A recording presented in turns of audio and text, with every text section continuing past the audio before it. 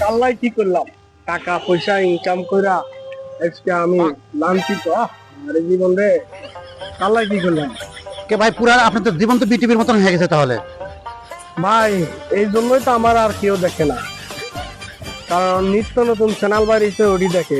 আমি তো বিটিভির মতো আমার জীবন, কেউ আমার খোঁজ নেয় না আর, বুঝছেন? বিটিভি আপনি বোঝেন, বিটিভি বাংলাদেশের সবচেয়ে ভালো খবর প্রচার করে বিটিভি, কিন্তু বিটিভির কেউ মূল্যায়ন করে না। কেন জানেন? বিটিভিতে সঠিক প্রচার করে। আপনি পরিবারের জন্য আপনি টাকা ইনকাম করছেন, অর্থ সম্পদ তাদের দিয়েছেন, তারা খাইছে, ঘুরেছে, সবাই দেশে, কিন্তু এখন দেওয়ার পরেও আরো চাই, আরো চাই, আরো চাই, আরো চাই। বিটিভি সবচেয়ে বাংলাদেশের সবচেয়ে ভালো প্রচার করে সাথে বিটিভি।